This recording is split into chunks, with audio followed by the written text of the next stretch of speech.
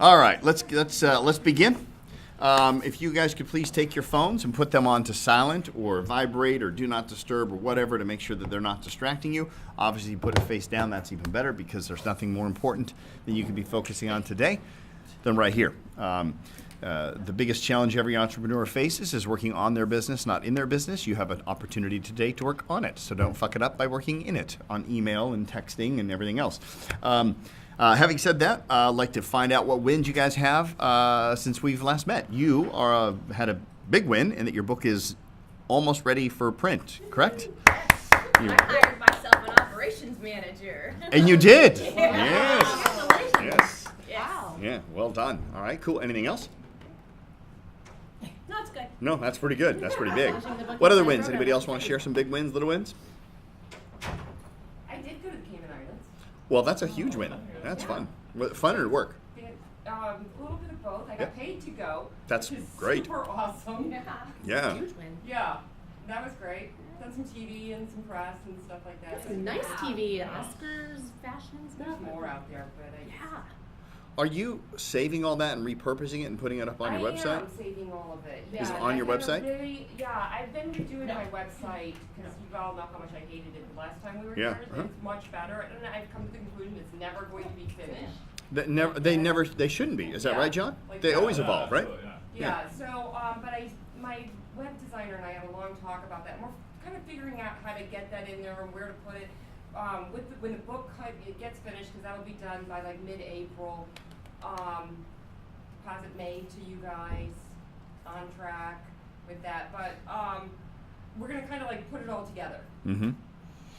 If your web guy's wondering where to put together, that seems odd to me. It should be relatively simple. You should have It's not him, it's me. Yeah, it should have a tab called media coverage or media or whatever, and then just have them all there. Yeah, he just needs me to pull the plug. Yeah. All right. Yeah, All right. When are you going to pull the plug? soon. That's not a date. That's an ambition. I know. I have a few other things up in the air right now that I'm kind of like waiting to settle a little bit. And Okay. once those things settle, then I will know for sure. All right. It'll be in the next month. It's All not. right. This is not a long-term thing. But to get an exact date, I need one more week, and I'll have an exact date. Got it. All right. Cool. Yeah. We'll hold you to that then. Any other wins? I got 2 new accounts. I'll take. Yeah, that's huge. That's great. I'll take that. Yeah, great. Yeah. We got 2 new accounts. Yeah. Yeah, well done. Trying to organize. I was actually talking to Bruce about one today. Yeah. Yeah. Do you know, Huh? like he knows who the company is, or? No, I'm just he's talking telling about me. saying like, hey, this is what we're trying to accomplish. Do you want to be a part of it? So, Fantastic. Oh, okay. Cool. Yeah. yeah. All right. Michelle, Grant, anything? I have a question. Fire away.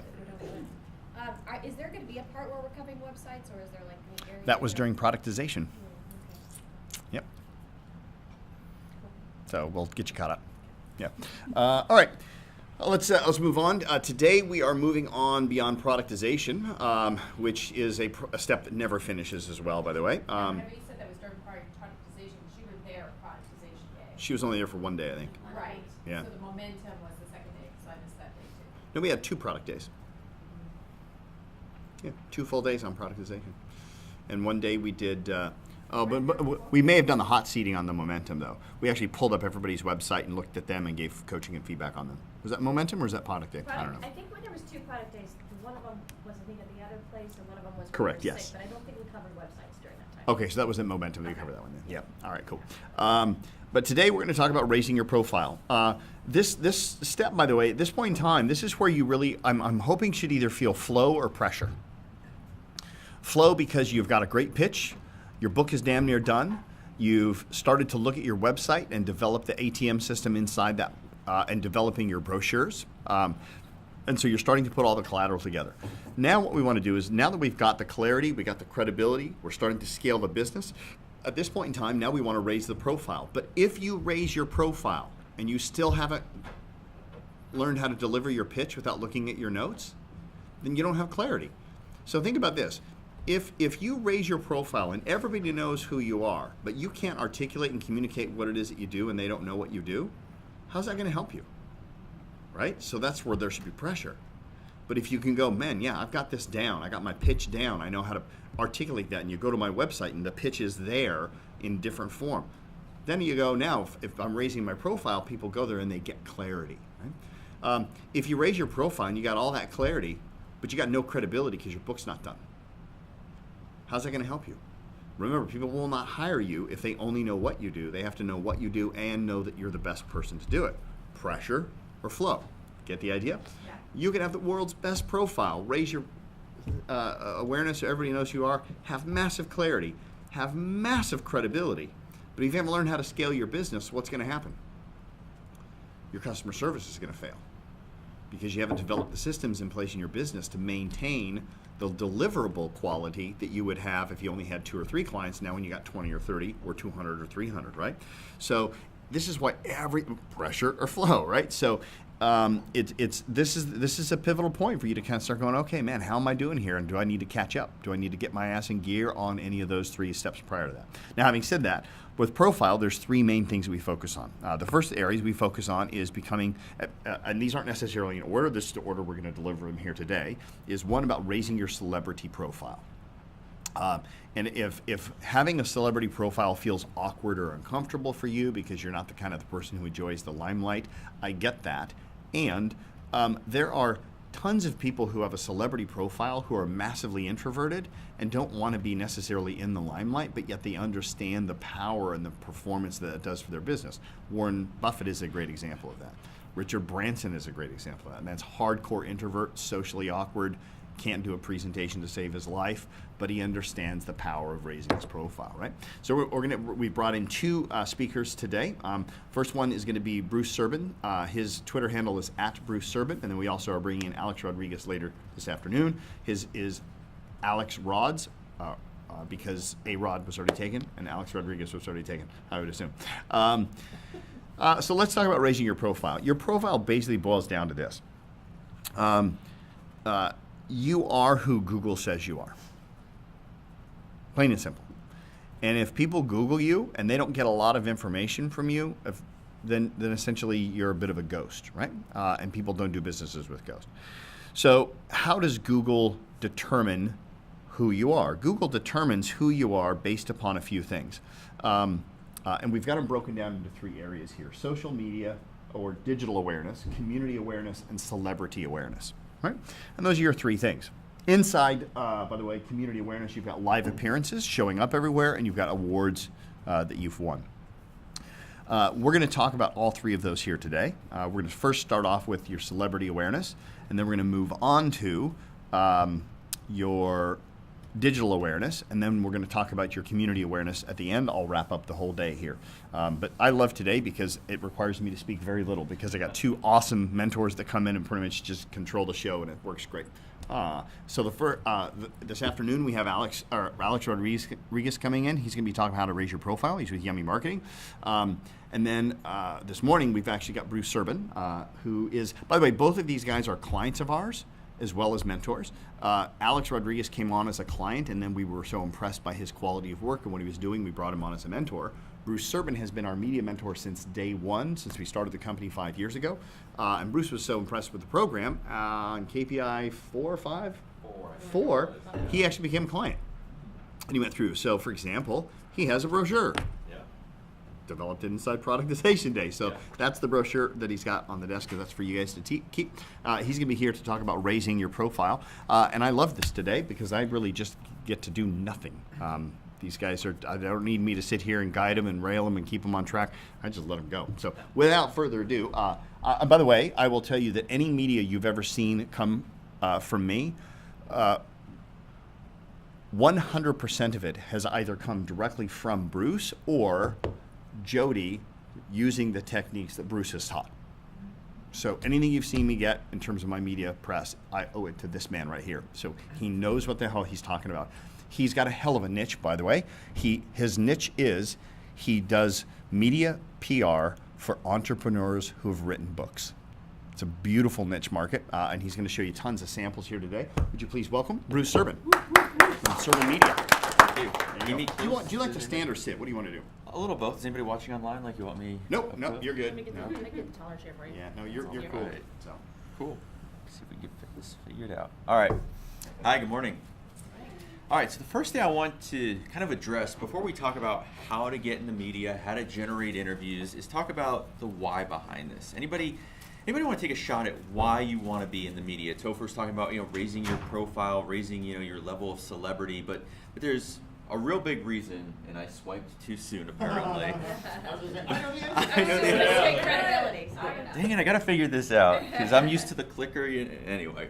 But it's credibility, and can you anybody want to take a shot at why it's a credibility game? It creates rapport. Initially. People Yeah, have a- there's another reason. Anyone else want to take a shot? Hear what she said 'cause they- Why is the media credibility? Oh, I just said it creates and builds rapport to get people Okay. to be able to know you. Right, not bad. Anyone else? I think you're an expert when you're on TV and stuff like that. Much It's closer. a big deal for some reason. Right. And really the big reason is because not everybody's doing it. If you look at like social media, if you look at advertising, those are all great platforms, and I don't want to knock those platforms, but everybody is doing them. But then when you look at the media, it's like, how many people do you see in your industry who are regularly on TV or who are being quoted in the newspaper or writing articles for online sites? And it's like very few of them are. And for those few people who are doing it, it's, again, massive credibility just because not everybody is there. So this guy right here, this is a client of mine, and this is a phenomenal story because 8 years ago, nobody knew who he was. He's a airline analyst and written a number of books on the airlines, very, very smart when it comes to the airlines. But about 8 years ago, nobody knew who he was. So we started working together, and we raised his profile, and he's still a client 8 years later. And you can see some of the success we've had, CNN, MSNBC, Fox News, and whenever there's a big story, they're calling for him. They're calling to put him on because, again, they've seen him. They know he's out there. They know he is the go-to guy. And when you have, this is just major, major credibility. And it's great for him to say, hey, I'm on CNN, I'm on MSNBC, I'm on Fox News. But in terms of how he can leverage this and what he can show people, Topher was just talking about a press page. That's huge when you have things like this on your press page. Or not even the thumbnails, but you have link after link after link of all of these stories that you're featured in or quoted in. Again, it builds massive credibility in the mind of that potential buyer. So when that person comes to your website and they're looking at all these links, it's like, who is this person? Who is this guy? Why is he everywhere? And the perception. Really big, I'm so sorry.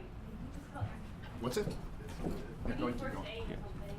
We got it. You guys stay here. That's good. You guys stay here. We'll take it. Sorry, but somebody thought. I just walked in here. Yeah, I heard. Well, you guys just stay Oh, here. You got okay. it. Stay with me. Come here, Casey. One more. So that was a first.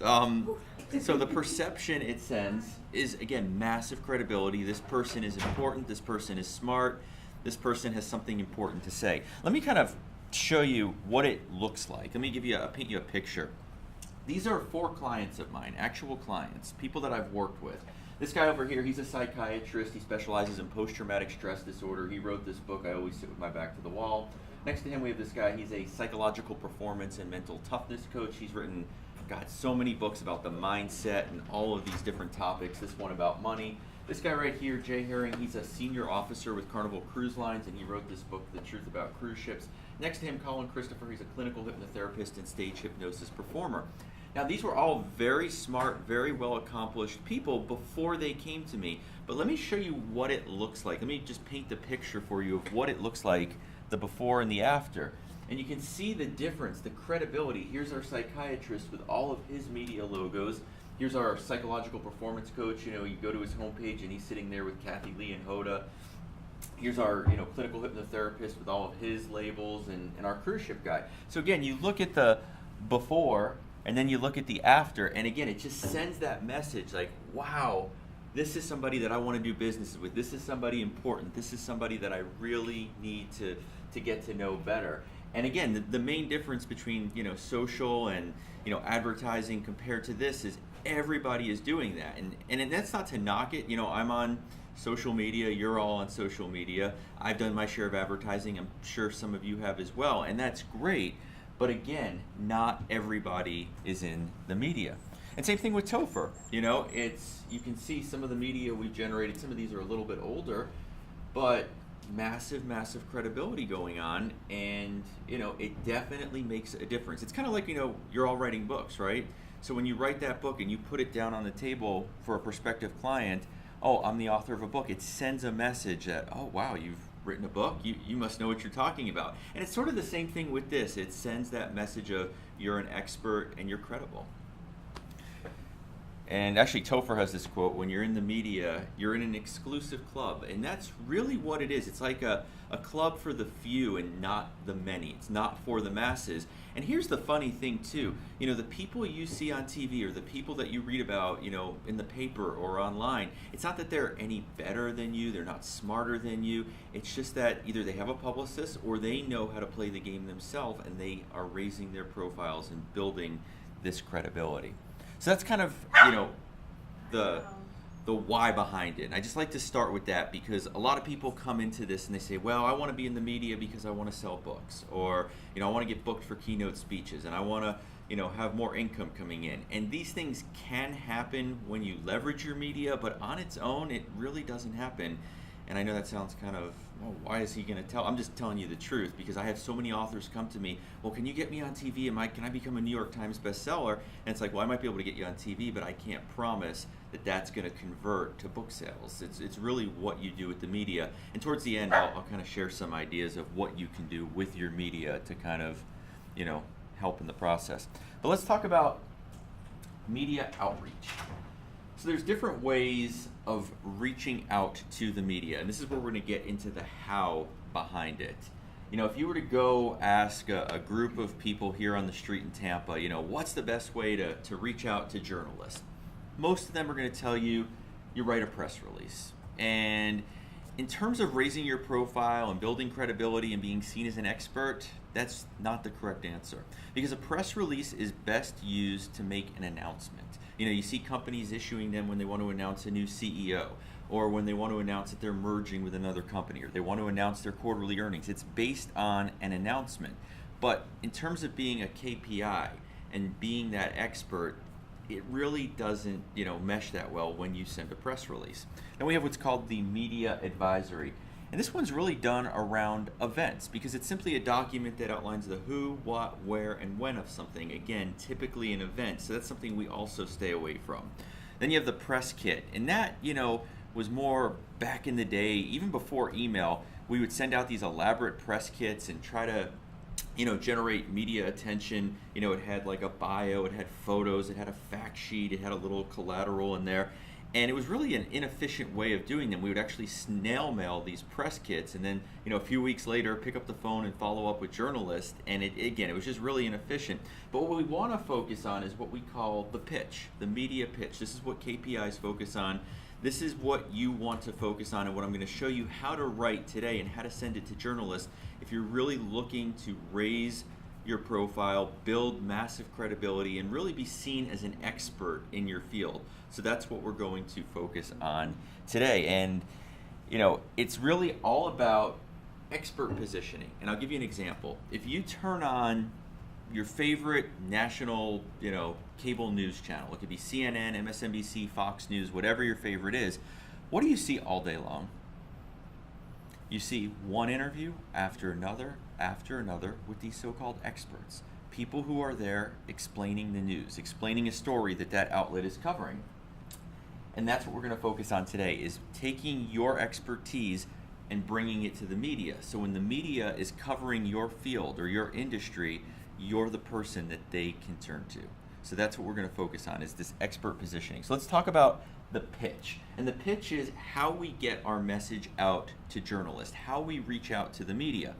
And there's several different types of pitches, and these are just some of the ones that I typically like to work with, and you can come up, you know, with any of your, you know, your own that you think might work. But first one we have is what I call the genius pitch. And this one is just based on your tips. It's based on knowledge or expertise that you have. You ever pick up a magazine or an online article and you see a story and it's got a number in it, it's like 8 ways to do this or 5 things you need to know about that.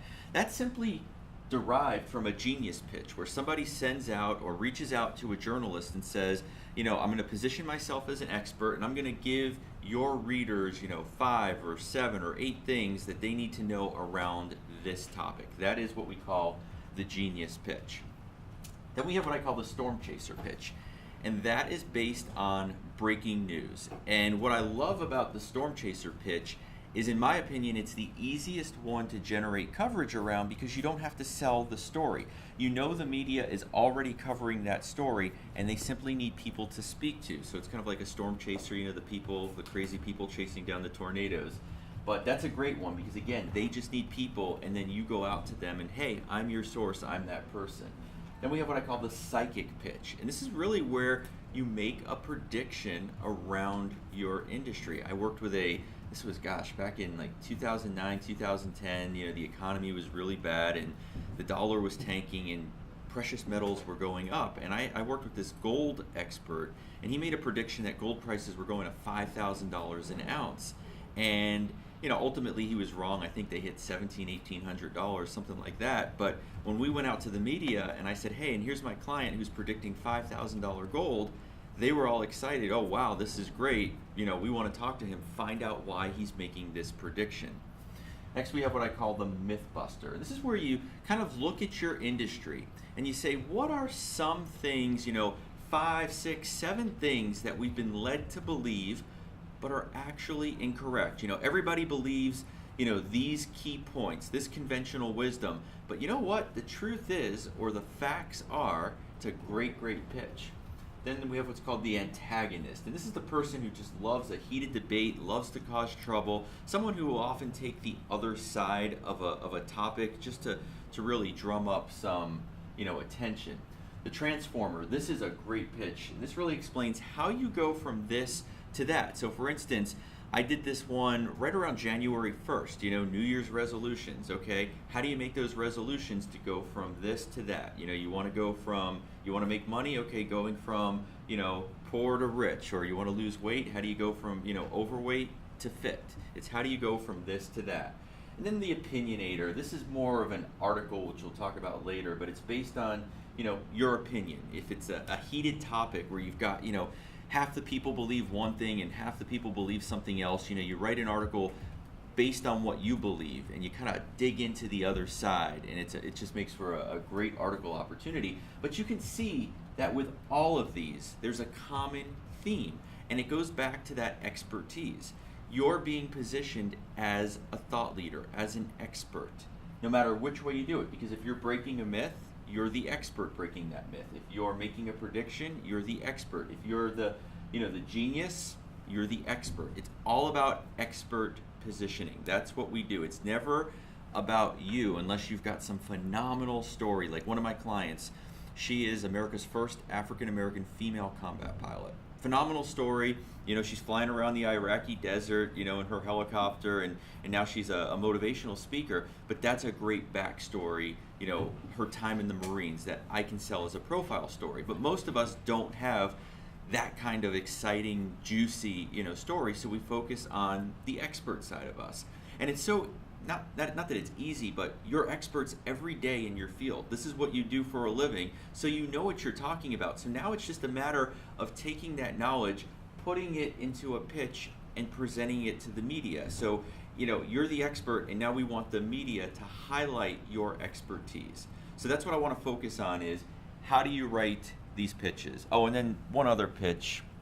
Anybody in here, and Topher redid my whole slide deck, so it's kind of all over the place. I'm all out of order. But anybody in here using Harrow, or know what Harrow is? Okay. In the past, yeah. Okay. I usually talk about this later on, but anyway, I'll talk about this now because this is sort of related to pitching, but I'll just talk about it briefly. Harrow stands for Help a Reporter Out, and this is a service that everybody in here should be using because it's free.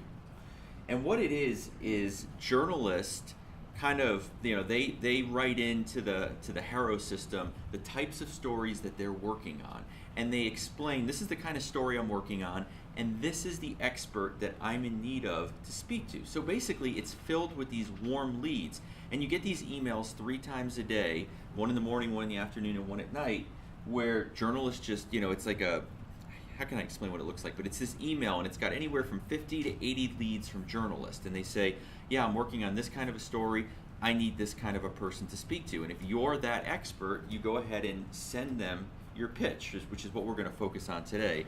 But again, Topher threw it in there. But definitely check it out, Help a Reporter. Topher.com. It's a free service. The only downside to it is because it's free, they've got like over 800,000 people getting those emails. So you're competing against a lot of people. So it's not always the best source that wins, but sometimes it's the first few people that get through. So you kind of got to be really quick about it. Otherwise, you're just going to miss out on the opportunities. So. All right. So he's fine. Paramedics are there. We're taking care of it. So. All right. A little excitement to the. Yeah. Where was the Topher for Mayor video camera? That's what I want to know. Where's the Right. and Macy? Yeah, he didn't need CPR, but I just started giving it to him and said, "Video this, would you?" That's awesome. If I say your name. Having a good publicity, Did he fall? Is that what that noise was? Yeah, that nose was his head hitting the ground. Oh. I know. Wow. All right, so let's talk about pitching. We've just talked about some of the different types of pitches. And again, those are just some that I use. If you've got better ones that you can kind of think up on your own, go for it. Again, just remember the bottom line is you always want to be positioned as the expert in your field. And really the way, you decide to do it, whether you're doing that transformer or that psychic pitch, it's just these goofy little ways to present it to the media and make it a little bit more user-friendly for them. But let's talk about the pitch itself. So what you need to know about the pitch is go ahead. Is that something that you help clients define what their best intro point is? Well, typically, like when somebody hires me, I write the pitches for them. And do you have pitches across the board, or is it like I'm just so curious, even just Well- thinking about from a lens perspective? Well, kind of what you have to remember is with each client, it's going to be, it's not going to be the same pitch, obviously, because what you Right. do is so yeah. But what I do is I'll sit down with that person. We kind of have a brainstorming session. We have one in the beginning before we start working together, but then we certainly do them periodically as we're working. We say, what are some things that, number one, we always look at what's going on in the news that we can tie this person into. And then we say, what are some pitching angles that we can develop? Can we put together some of those, prediction type pitches? Can we put together some of these, transformer type pitches? So yeah, we kind of sit and outline the And process. the pitch is to get you in the door, on the TV, in the news. Exactly. The pitch is to get you there. Exactly. And then you do your thing when you're there. Well, yes and no. It is to do that, but sometimes these days, and it's kind of a little bit scary, if you give them enough information in your pitch, like they'll just grab it right from the pitch. And you see this all the time with print and online, where I'll pitch a journalist, and then a couple days later from my monitoring service, they'll send me an email. Oh, your client was featured in, whatever it is. And I'm like, wait, we never set up an interview or anything. And they just took the information right from the pitch. So, which is a little, I don't know, I don't really subscribe to that whole thing, but it happens all the time. So yeah, to your point, you're writing the pitch to generate the interview or whatever you're looking to do, be on TV. But if you give them the information, right then and there, oftentimes they'll just quote you right from, if it's a print or online, they'll just pull it right from the pitch. Yeah, I was looking at these 7 categories and thinking about the blogs we've done, and the book, and the content, and our own pitch. And if we were going to self-make this, we could take ourselves through the process. But I was thinking if you were hired, then you would say our best route is to go based on your content. I mean, your best We're route. going to go with Mythbuster first, or we're going to focus on these 3 pitches first. Is that what's going to resonate? Right. We always always start sort of with that storm chaser. We always start with, hey, what's going on in the world around this person's expertise? Because that makes sense, because then you don't have to sell the story. They're already covering the story and they just need the people to speak to. But say it's, a slow news day, or there's not a lot going on in your field. We say, okay, what are some angles that we can develop to do our own outreach and try to sell this person on doing an interview, pulling from our pitch, asking us to write an article or whatever the case is. Absolutely. But what I want to do is focus on the pitch. I want to get you all to write a pitch. So when you walk out of here today, you've got something in hand that, you can start sending out and who knows, hopefully generate something, whether it's someone says, hey, can you write an article for us? Can you come on TV and talk about it? Can you do something? That's my goal, is to just help you put that pitch together. So, even in the future, if it's 6 months from now, a year from now, and you see an opportunity, you're like, oh wait, I know how to do this. I can reach out to a journalist. So that's what I really want to kind of focus on.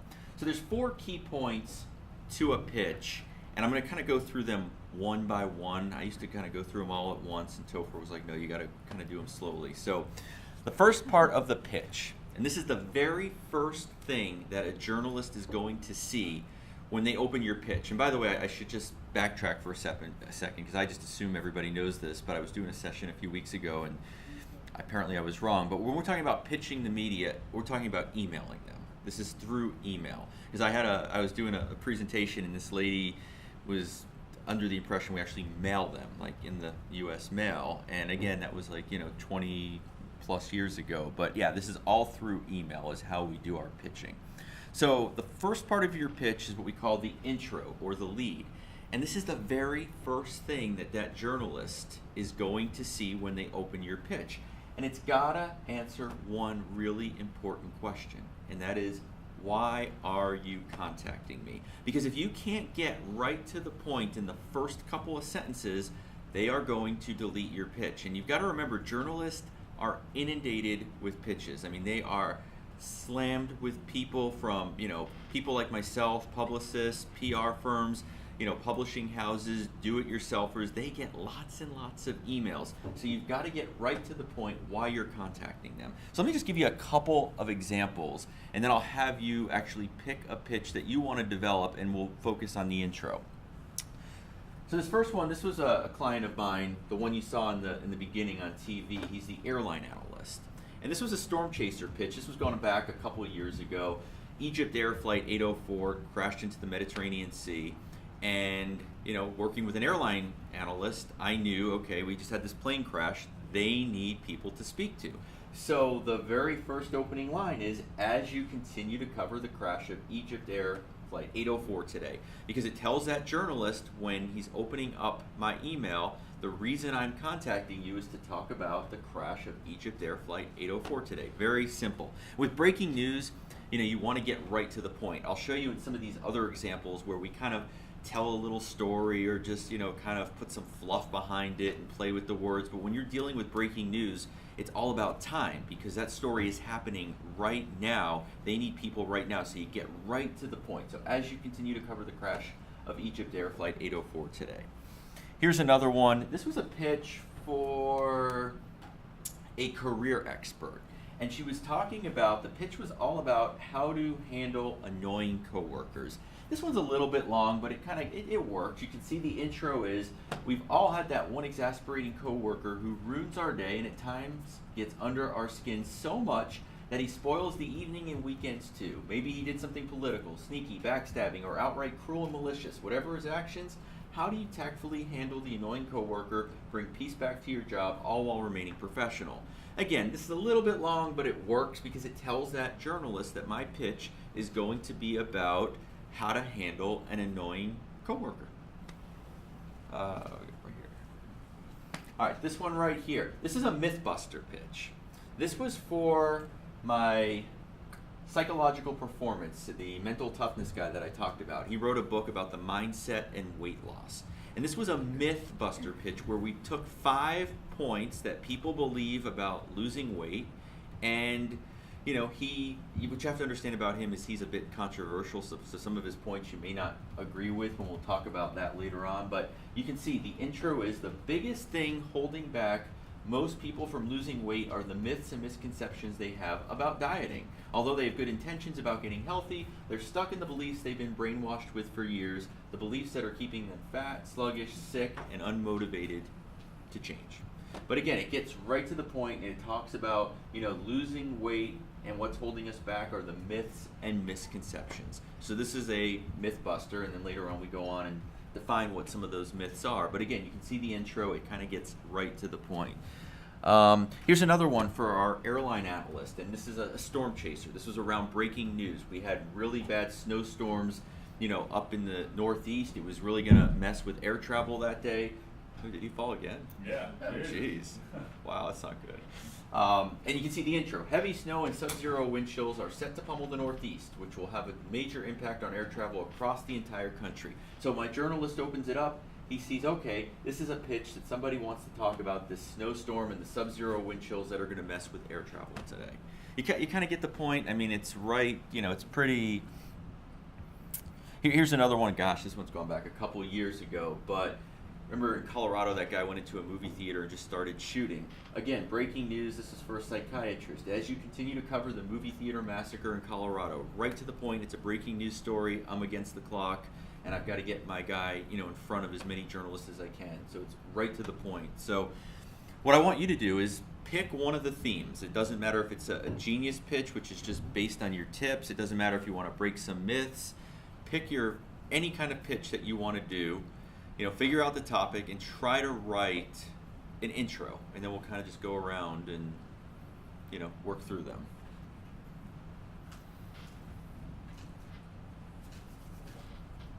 You guys have a little Wi-Fi here? Yeah, I don't know that. It should be somewhere in the file. Do you remember what Wi-Fi channel we use? Postway gas, thanks. This order is welcome guest. Okay. Yeah.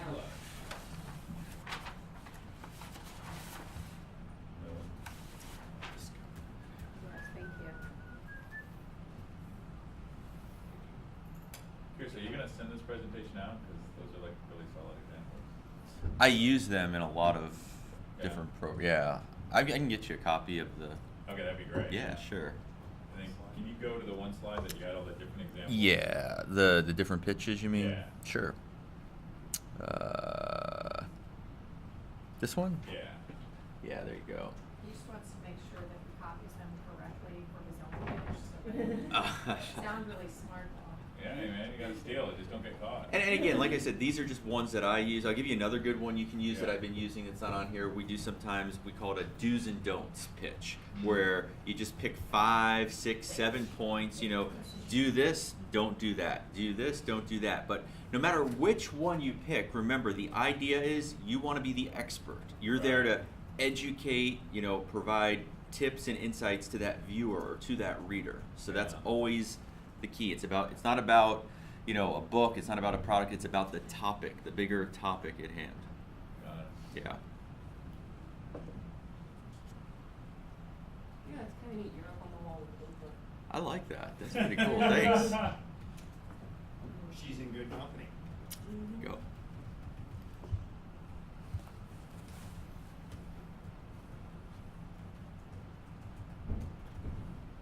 I don't know, maybe I'm being negative as like a marketer. I just feel. But that's like, good. Negativity works. I mean, it can No, totally like work. literally being negative. Like, I just trying to think of pitching myself. All right, let me ask you this. Yeah. So, what's a big challenge in your industry? What's something that maybe people well,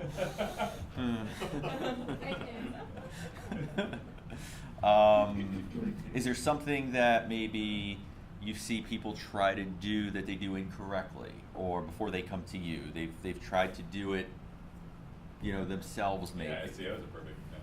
Okay, there you go. Maybe it's something like, myths around SEO. We've been led to believe this, but you know what? That's not correct. And the truth is, I don't know, that's just an No, example. I can roll with that. Yeah, Oh, okay, cool.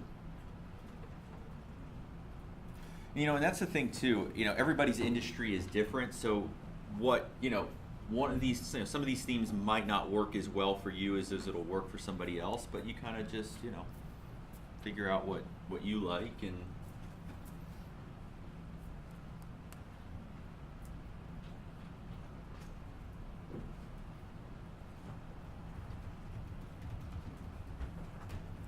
Are you at the intro lead part right now? Yeah.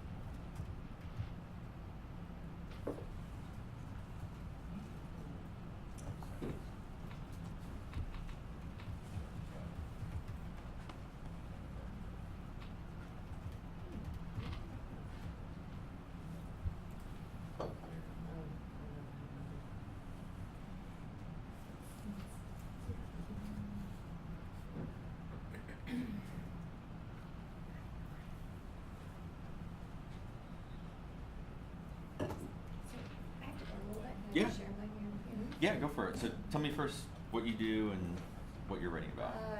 So the book title that I'm writing is Loving Yourself Healthy. Okay.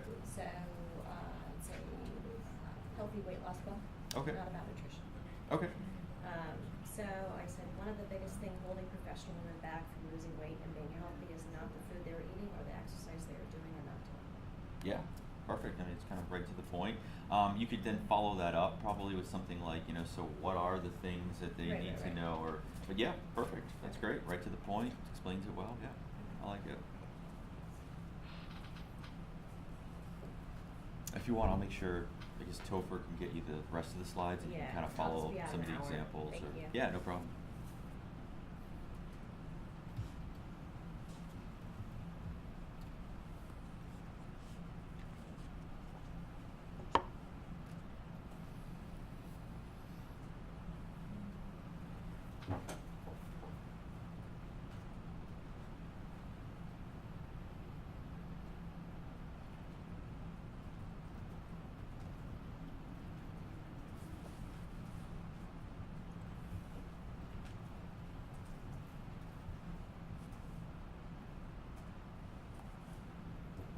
Yeah. So what I do is I teach professionals how to dress to go to work. That's what I do. Yeah. Yeah. In a nutshell, there it is. Okay. So I had this started when I kind of flipped over. So I said, with so many options for clothing and dress code, with so many options for clothing and dress codes out of there, really don't understand what you are working anymore. My 5-step process clears this up so the team feels confident and successful. Yeah. I'm so sure the end. The ending kind of come after the next step, but Yeah. you kind of jumped a little bit, but read the first sentence again. I was right there. With so many options for clothing and dress codes out there, you don't understand what you are working anymore. Yeah, and you can just follow that. That's good. And you can just keep follow it up something short like, so what do you need to know to make to make sure you're dressed properly or whatever it is. But yeah, just kind of follow it up with something like that. So what do you need to know about dress in the workplace, or what do you need to know when picking clothes to wear to work, or something like that. To just give it a My little bit 5-step more. process tells you what to wear to work. Simplistic. Yeah, I would save the number. Are you just doing like a straightforward Genius picture? You're just gonna list tips, do this, this, and this, basically. Yeah, I can do that. Yeah, I would save I'll show you why after the next Okay. step. I would save my 5-step process. That would kind of come next, but yeah, I would just follow. But it's a good opening sentence. I would just kind of follow that up with so what do you how do you know if you're unsure about your work environment, or you want to make the right impression, what do you need to know, or something like that. That's a good one. Yeah. I think this is a storm chaser pitch. Okay. So, as Topher said, I do financing in the yacht aircraft and our space. Yep. So, as a storm chaser pitch, I might say, as you continue to understand how the president's tariffs on imported aluminum and steel will affect the U.S. consumer, please consider talking with Grant Smalley, president of the United States, as an impact it can have on luxury purchases and manufacturing in the recreational industry. Yeah, the first sentence is great. You jumped ahead to my second part, which is what we're going to talk about the next part. But yeah, the first sentence, and that's another thing. Let me just say this, and not to get political, whether you like Donald Trump, hate him, it doesn't matter to me, but he dominates the media. And if you've got a way to tie your message, to something he's doing, it works. It works. It kind of, almost in a sense, hurt my business a little because people that we were regularly getting on national TV have gotten a little bit less play because everything is so focused on him and politics. But that's definitely, if he does something, like that's a great example. I mean, and that is a storm chaser pitch because it's just happened. It's happening now. Perfect. Yeah, perfect. Yeah, a political piece didn't even cross my mind. Yeah. I just knew that there's Right. something going on. The word president That's tariff, perfect. aluminum, and Perfect. it does affect our Put industry. that out so- today. I mean, there you go. That's perfect. That's really good. And again, just because he's doing something or he's saying something, you don't have to get political, right? You don't have to interject with your opinion, what you think of him, or you just have to speak about the bigger topic at hand. But if you could say, hey, President Trump just announced this, perfect. It's so much play, So yeah.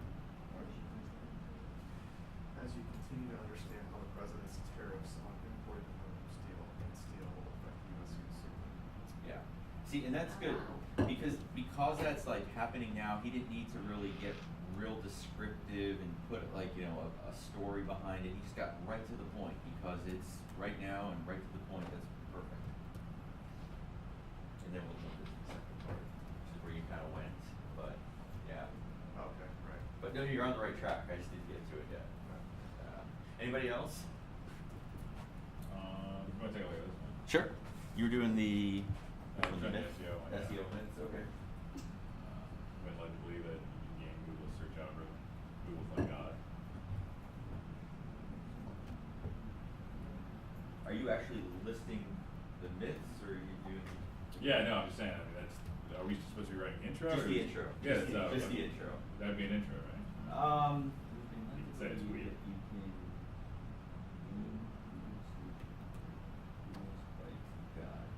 See, to me, that almost sounds like one of the myths that you're describing. Like, we've been led to. That's yeah. actually, which we're going to talk about. That's the third step. But that sounds like that's one of the myths that you're then going to come back with and Got say it.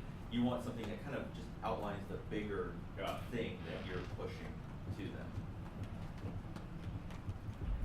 I'm struggling with mine. Okay. But, What are you writing about? And well, that's why I guess I'm struggling with that. Okay. What do you do? I import decorative lighting from Europe. decorative lighting from Europe. Okay. So what are you, like a designer? or a No, lighting? we're import company, so Okay. we help small manufacturers in Europe to explore the US market. And so we get a Okay. contract with them, we bring the light fixtures into, and then we sell them national around the country. They don't work. So would you say your expertise is more in the importing, or is it more on lighting? That's what I'm Or is trying to it- figure out myself. But So here's my thoughts on that. Okay. It actually doesn't matter. Because Right. we want to brand her as something in the area of lighting. And there's so many things you could do in terms of like, are you depressed? Maybe it's the lights in your house. Yeah. Right? 3 colors of lights that create depression. Or how to avoid depression through light therapy. I mean, there's so many different things, right? Yeah. I actually do have a manufacturer who created the own LED that is healthy for you because regular Really? LEDs are not. They mess up with And the what can really be hormones cool and- as an importer, she doesn't work for that company. Right. So she can just have a whole lineup of the best lamps that she's found Exactly. through Europe, and it looks like she's being a consumer advocate, Right. not a. Exactly. It's not like she's trying to sell Or her you product could, lines. Or you could something. even do something like, inexpensive light features that, that look really expensive, Well, that I look. feel like expensive lighting, Oh, but yes. okay, well, playing to the How eye. to make your house look like the Ritz. There you go. You know, I mean, Yeah. all those kind of things. Hey, that's actually pretty Yeah. good. It doesn't. The import exports are relevant. We just want to position you in the lighting industry as an expert in Right. this kind of Same thing. thing for you. That's And you know what? for It's you. still winter time, but a lot of people, what is the thing called SAD? Yeah. Seasonal affective disorder, and there's Yeah, we'll take these some kind of things light and therapy that you Oh, yeah, yeah, there is well, yes. Yeah, Yeah. right. So easy. I don't know, that's something, but yeah, I kind of like that, how to do it on the cheap, or I know you've got expensive Yeah. pictures, but Now, on the import-exporting thing, you could get on TV right now talking about the tariffs. just like he was doing, yeah. Huge right What, now. what the hell does lighting have to do with steel tariffs? Right. You're an importer, right? And you're Right. concerned, like, is this the slippery I know, slope? but what Sure, was- today what it's was I steel, saying but about pretty that? soon, am I not We gonna have be able to a import conversation decorative about lighting? this. Yeah. Or am I gonna have to charge a I was gonna 35% talk tariff about on when the that? technology Yeah. represented Yeah, yeah, you can get on TV, talk about that. Yeah, Any conservative talk, or any liberal show would love to have anybody just voicing off about how they're concerned about this as a slippery Sure, slope. right, You know? of course. Yeah. Yes. Yeah, it's just play it to different audiences. You could play, the decorative side to like a lifestyle design type audience. You could play, importing tariffs to the right, maybe a business or political side. And like, the sad thing or like mental health. And there's a lot of ways you Yeah, can 'cause I'm. play around with for sure. So, but what would that be an opinionator or? I would probably just do the genius. Well, it depends which way you want to take it. If you're going to talk about the importing and the tariffs, that's probably more the storm chaser because it's happening right now. If you just want to give some tips on the decorative part, that might just be a straightforward genius pitch. Where you say, buy this, this, and this, or don't do this, this, and this, you know, something like that, or just be, you know, based on your tips. That would be a genius pitch. Yeah, like if I go with the like how LED lighting, everyone thinks it's always just nice and bright, but actually have someone's help. Right, or you could say, or how to do it in your home. How do you set up, you know, what's the proper way to do lighting, you know, in your home, or what are some trends? What about that? You know, or you can even do a psychic pitch. You know, what's the latest and greatest, or what's coming down the line in, you know, home fixtures and home lighting. If there's something, you know, where do you see it going? Maybe, you know, this is what we're doing now, but guess what? Next year at this time, I predict that we're gonna have whatever it is. I don't know, but yeah, something like that. There's a lot of ways you can do it. And here's the thing too, you don't want to do just one. I mean, we're doing one here today, but when you put things out there, if some things do really well, some things are a big flop, and that's why you're just constantly, you know, it's not like you're pitch like in step 1 of the KPI process where you have your pitch. We do pitches, you're constantly pitching, and it's different angles, and that's a good point. I should make that actually. Did everybody get a chance to, did I miss? Yeah. And let me just bring that up because that's a good point. I was just telling her is, you know, even though we're focusing on one type of pitch for today's session, like the truth is, like with my clients, we're doing all of these. It's not like your step 1 of this process where you learn your pitch and that's your pitch. We're constantly pitching. You know, we're developing. If I'm looking at a monthly, you know, process with a client, it's a number of pitches. You know, one day it could be a storm chaser pitch if there's breaking news. Another day it could be a mythbuster or a genius pitch. So you're constantly, you don't have just one pitch. We're just doing the one here today. So like she has so many different, you know, ideas and so many different ways she can spin her expertise, and she should go ahead and pursue all of those, because sometimes things do really well in the media, other times they do really bad, and you don't know necessarily. So you're always pitching. You're constantly pitching. So definitely we're going to focus on one today, but just think, you know, these are different types that you want to, you know, always be developing and putting out there. Is it also true that some of those pitches work better for different networks? You know, typically, I think the biggest one for sure, if we're talking TV networks, like, are you talking national?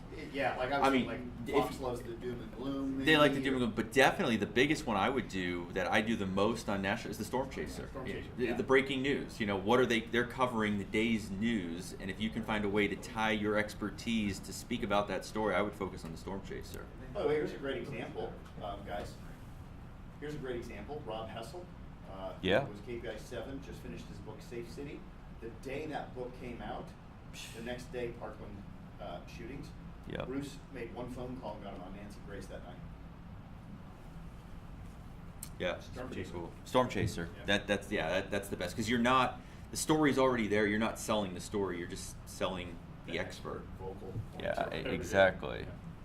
All right. Back to what you were saying though, because like you have a different craft. I'm just thinking about myself. If I was writing something to like Wired magazine or like a journal, then it would be to like ABC News or something like that, right? Wait, explain that again. My pitch would be different, right? I mean, because it would be crafted to a specific, you know, type of publication.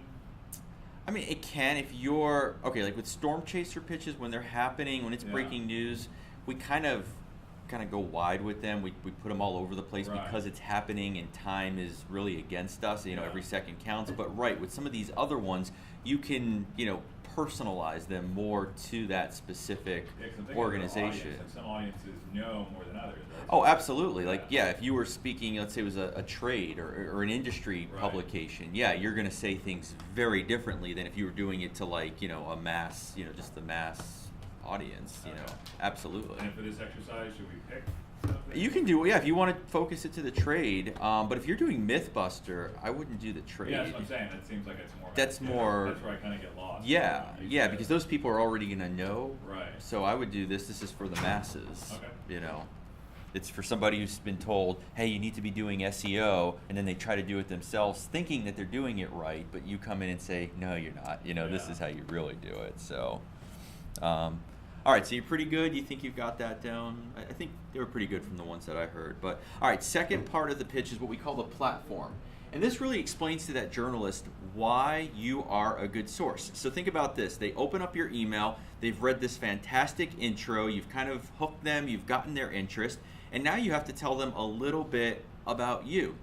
And my best advice for this is you want to pick maybe 2 or 3 things at most that give you the most credibility in the eyes of that journalist. So if you're all writing books, for example, books are a great one to mention. You can say, I'm the author of, in the name of your book, because a book says, hey, you know, I've done my homework, I've done my research, you know, I've written, let's say an average, what's the average book, 30,000 words, 40,000 words, something like that. It tells that journalist, okay, this person has authored a book, he's probably a pretty good source. Now, granted, that's not always the case, but most of the time it sends that perception, okay, this person's probably better than a non-author. And again, it's not always true, but you know, number of years of experience, if you've got a big number around that, you know, I've got 15, 20 years, you know, in the industry, or you know, I'm the CEO of XYZ company.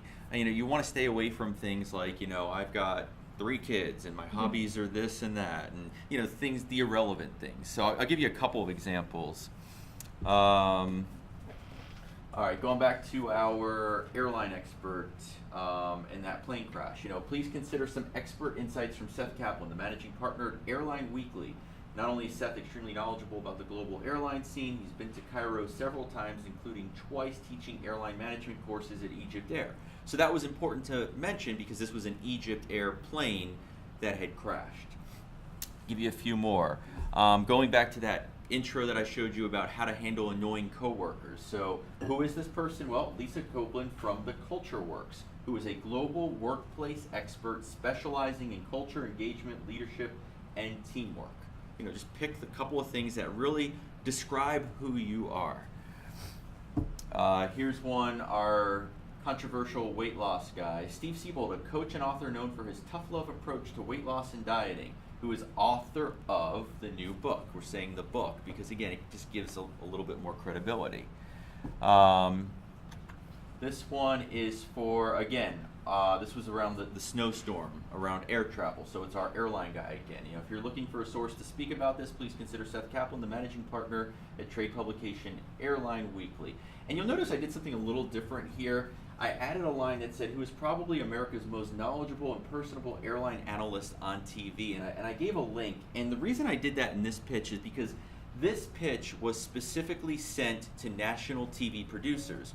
And one of the things national TV producers look for, yes, they want a good expert on their air, but they also want somebody who's really good on camera. So if you've got any kind of TV experience, even at the local level, and you're pitching the national level, you always want to include a link to any kind of interview you've got, assuming it's pretty good. Because I'll tell you, there have been times where I've pitched national producers, and they've come back to me and they said, well, has your client ever been on television? And in some cases, I was trying to get by, you know, trying to sneak in, and I said no, and they won't do it. So can you get by once in a while without it? Yes, but it definitely helps you, and that's why, you know, you want to start doing TV here in Tampa, or go somewhere in the country to a smaller market where it's easier to break in and build your confidence, build your expertise, and start building these clips. So when you're pitching to the national level, you can show them that, hey, not only am I a good source, but I'm also good on TV. It's really, really important. So you'll see that one I add for TV. Obviously, I wouldn't include that in a print. You know, if I'm reaching out to a print journalist, they don't care that my client is good on TV. It's irrelevant. Let's see, we got any others here? Here's one, you know, this was for that movie theater shooting. You know, Dr. Harry Croft, one of the nation's most prominent psychiatrists who's evaluated more than 7,000 veterans with PTSD and is author of the book. So you kind of see what it is. You want to pick those 2, maybe 3 things that describe you and just give you the most credibility in the eyes of that journalist.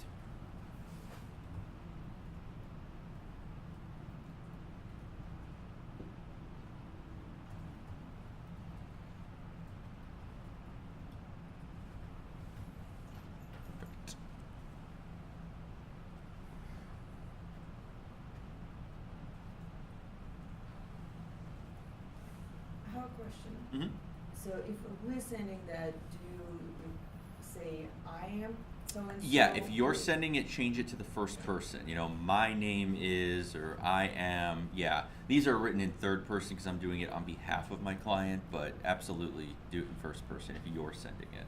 Do you think the probability of somebody accepting it is better when it's sent from a third party rather than yourself? I don't know. I think the most important thing is that number one, you're a good expert. Number two, you have a really well-written pitch, and number three, you've got some value to add to a story. You know, if it's a lousy pitch and you're being super promotional, and you know you're not going to get interest whether I'm pitching it or you're pitching it. Right. So I think it's more important to have a really solid pitch. I mean, I've coached people who've done it on their own and done really well. So, yeah.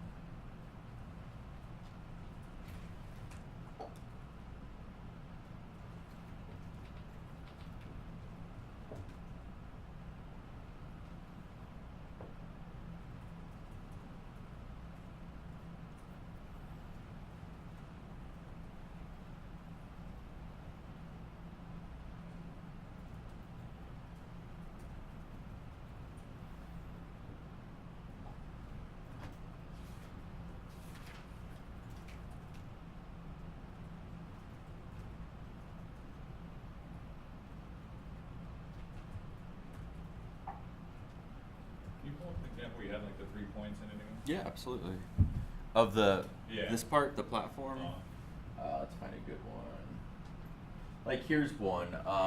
This pitch is a little different, but you can see like her name is Sharon Schweitzer. She's an international etiquette expert, best-selling author, and the founder of her company Protocol and Etiquette Worldwide.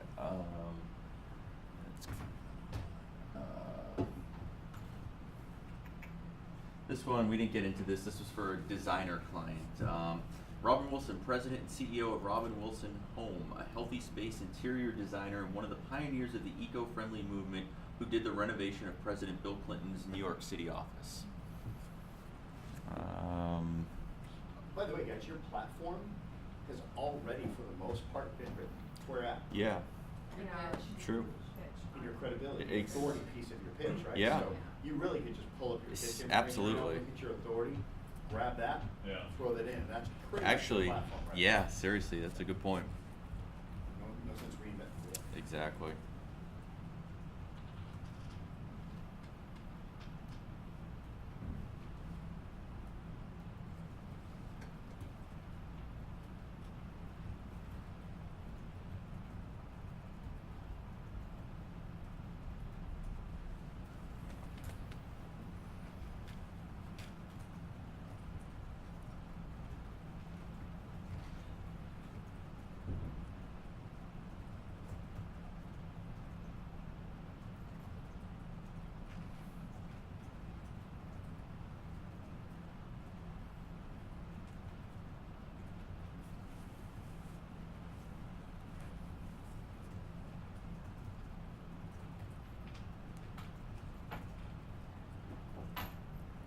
Okay, one first stab.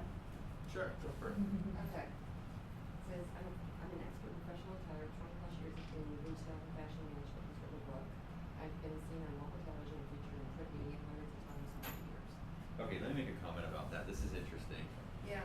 This can work for you, and sometimes it can work against you. When I'm pitching TV, I like to pull out the point that, hey, my client's been on TV.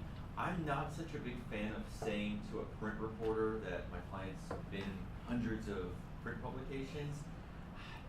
I see where you're going with it, and you're trying to highlight your expertise, but to me it almost says, well, hey, this person's been out there, hundreds of times, and now I'm kind of just throwing him at you. You know, like you're not the first or the second. You're not even the 100th person to get this person. I don't know if I would mention that. That's just my opinion. But yeah, some of the other points. What else did you have? I mean, it's pretty professional attire, 20+ years in retail, Yeah. professional administrator. Yeah, and I would say something like my name is, you know, rather than I am. Just say, you know, my name is, and I am a, you know, 20+ years. That's great. And mention the name of your book. The I reason. did. Oh, you did I mention didn't it. say it out loud. Oh, okay. Okay. See, it's right there, the book called First Impressions. Yeah, definitely. Always mention the name because they're gonna, you know, identify you from your pitch. You know, make sure that that book is included, or your company name, or something that you want in the story is also in the platform of your pitch. But yeah. You also may Google the book to see if it's got good reviews or They bad might. reviews on That's Amazon right. as well. So, yeah. I've had it. Sometimes they'll link to that Amazon, you know, Yeah, book if page. it's bestsellers, I think sure. Absolutely. Yeah, you know what I did yesterday though, is I bought the domain name, Mhm. and First Impressions Last is, like, I can't have that, cause somebody's owned it since 2002, but I put, so what I did instead is firstimpressionslastbook.com. Perfect, yeah. That's what I did. Perfect. Yeah, I was thinking about you, Topher, while I was doing it. That's about my name, while I was doing it, yeah.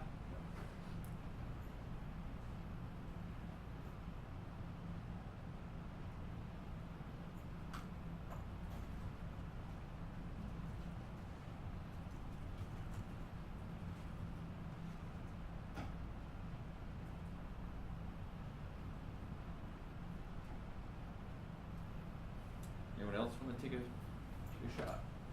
Yeah, my name's John Sarakis, a digital marketing expert and the founder of Revival Agency. I'm the author of Bare Minimum Marketing, and since 2010, I've worked with well over 1,000 companies. Yeah, that's solid. I like that. Hey, whenever you say bare minimal marketing, tell me what you mean. Bare Minimum Marketing? Bare minimum. It's in the book, you have to buy it, read it. Well, I was just thinking, I don't know, but the term The bare like. minimum is whatever the competition in your market is doing, you have to do the bare minimum and then plus one. So that's jargon.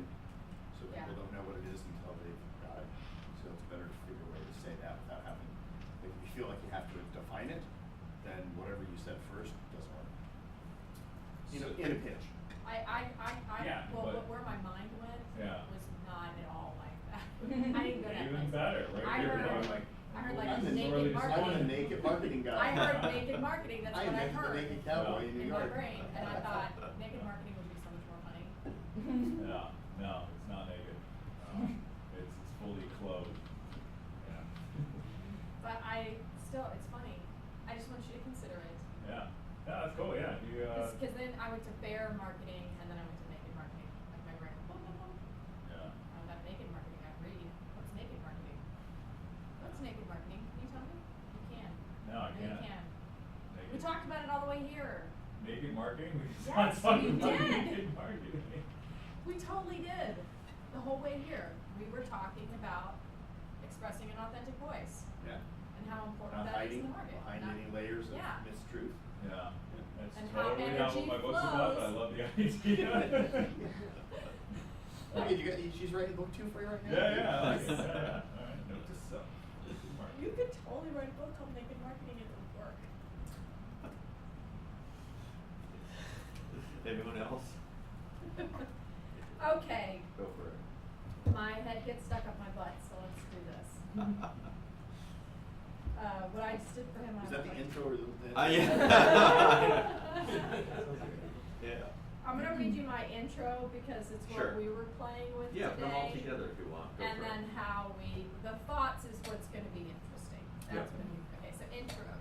Do women really have the caliber to be leaders in technology innovation? Women represent 1% of founders of unicorn startups, 5% of Fortune 100 executives, and only 15% on average of technology jobs, even in the biggest companies. Are women really built for tech, or is tech not built for women? My name is Michelle Royal, the founder, CEO of Bridge, a consultancy exclusively working with technology executives of Fortune 500 companies to develop their internal innovation teams. I've worked with over 200 companies and 60,000 people, and I'm the author of the book Fortified, Building the Workforce of the Future. I like it. Right to the point, tells me who you are. And what do you think? I like Go back to the intro of the lead. You're right, so I was, There was being one, I think your antagonistic. very last sentence might be in the, Thoughts? in the thoughts. Oh, was it? What was the last? Are Yeah. women really built for tech, or is tech not built for women? That one line, I think, Yeah, might be more. that might be more Thoughts versus intro before we go. Right, that might be. You're just doing a straight Yeah. genius pitch?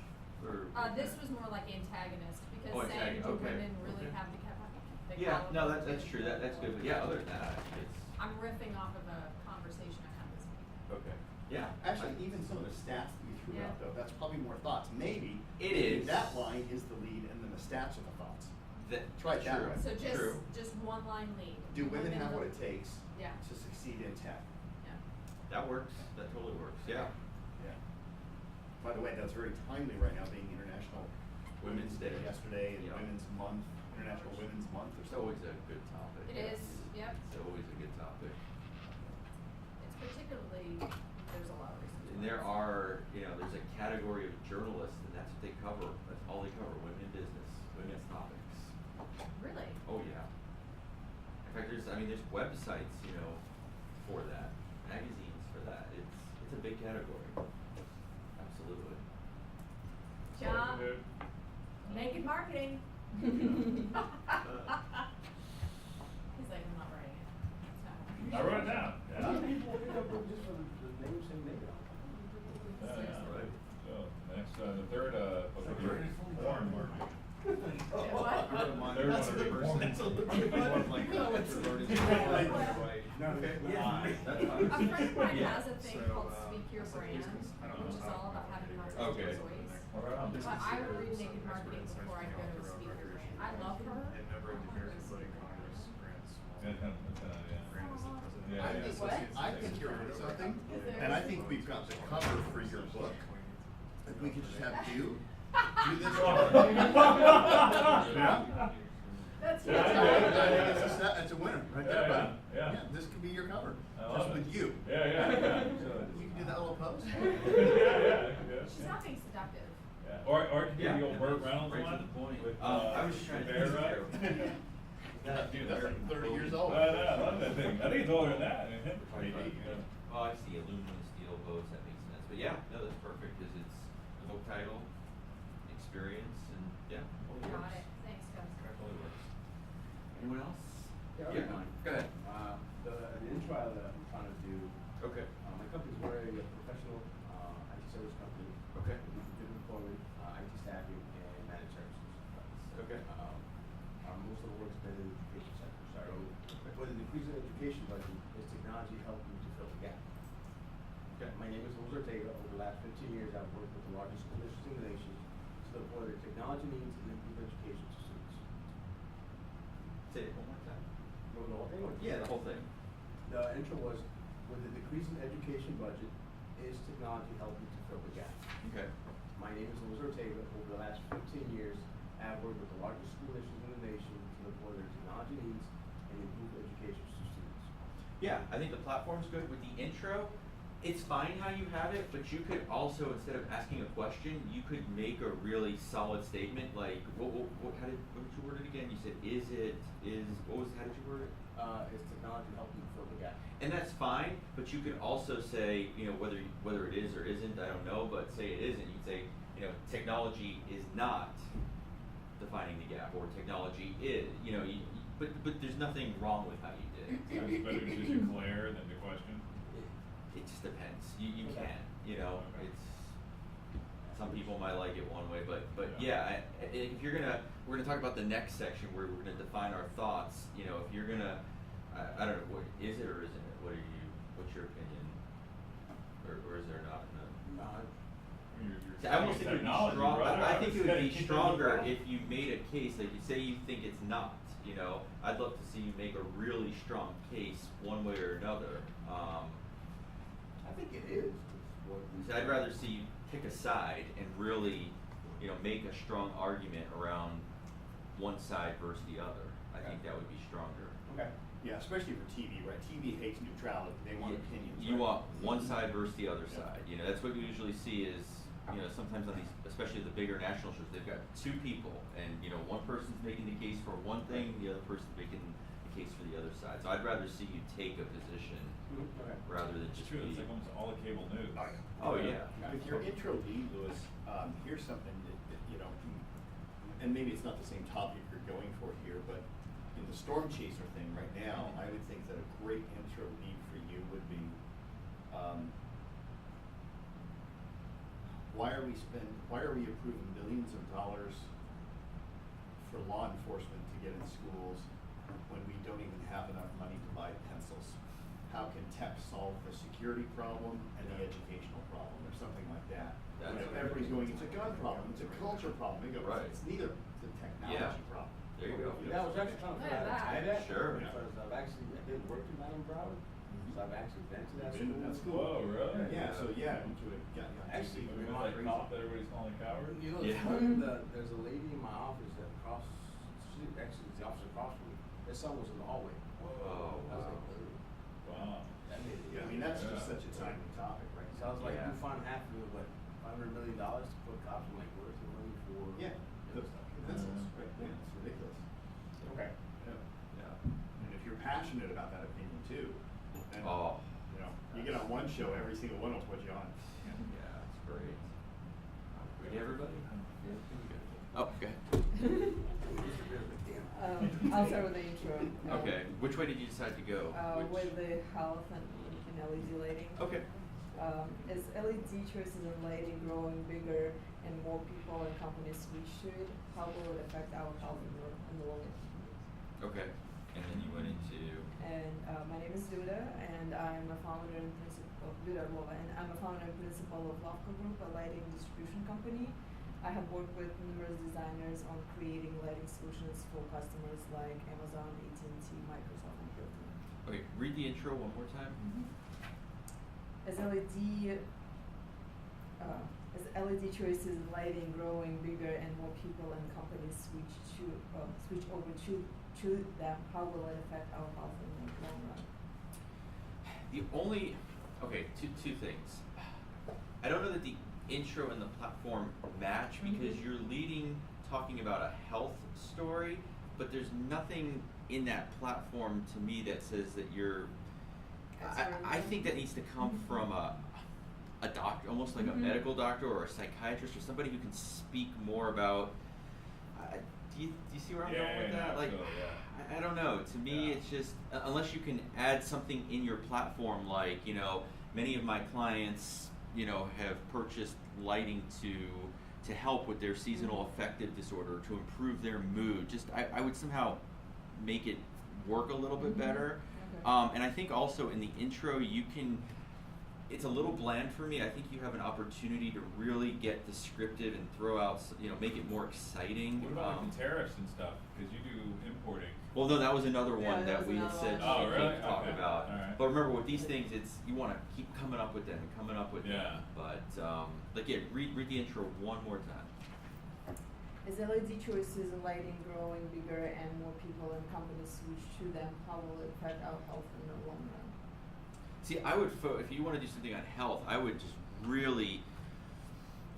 I don't know that it isn't. Would that be more in a home setting if you're doing it for health reasons, or is it a the work? whole idea is that we only had the artificial light for several hundred years. Right. Our whole body is designed that the sun goes up and the light changes throughout the day. It changes the color and the heat. Okay, see, now you're getting more descriptive, and that to me is more interesting. I think your opening line was just, I don't know, it's just a little bland for me, whereas now you're starting to talk about it, and you can see the excitement in you. You're Yeah. talking about the different shades, and I would just get more descriptive and really paint a better picture, I think. Yeah.